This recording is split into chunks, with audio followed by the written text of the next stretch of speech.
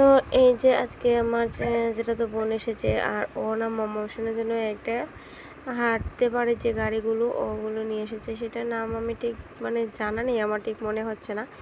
আর এই যে মোশনা এটাতে চড়ে চড়ে হাঁটবে। আর এখানে কিন্তু এটাতে গানটাও বাজে। এখানে ব্যাটারিটা নেই, ব্যাটারিটা দিয়ে দেয়নি, তো ব্যাটারি লাগালে গানও চলবে। তো আমার বড়মশাই এখানে ওটা ঠিক করছে।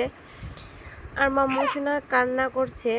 তো কেন কান্না করছে মামুসোনা? এই কারণে কান্না করছে, তার কারণ হচ্ছে আমি বাবাই সোনাকে খুলে নিয়ে আমি বয়সটা দিচ্ছি, ওই কারণে মামুসোনা কান্না করছে। ও ভাবছে যে ভাইকে আদর করছে, ওকে আদর করছে না, তার কারণে কিন্তু মামুসোনা এখানে কান্না করছে। তো এইটা এখানে লাগানো হচ্ছে। আর মামুসোনা হচ্ছে এই যে দেখছে, এই যে ওকে বসিয়ে দেওয়া হয়েছে।